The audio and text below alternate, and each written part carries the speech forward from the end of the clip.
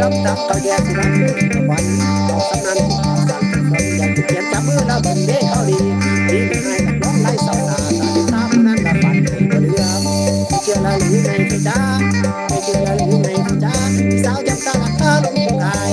ไม่ได้ละของเดิมไม่ได้ละของเดิมมีได้เห็นกันนานทำได้ยากเจอมานานได้ยินภาษาละเธอใจสนใจและสนใจจริงๆละสมอันนี้ละจับซาจับแสงเอาแสงมาน้องมาพร้อมมาพร้อมเจอจับใจ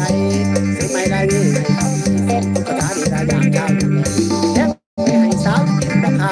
เด็กไม่ให้สาวกินตะเขาบอกสาวอันเจ้าหน้าเอาใจดีบอกสาวสิละสาวนี่นี่ทั้งสับแกละไว้ตื่นฟังเอานั่งกินข้าวพออยู่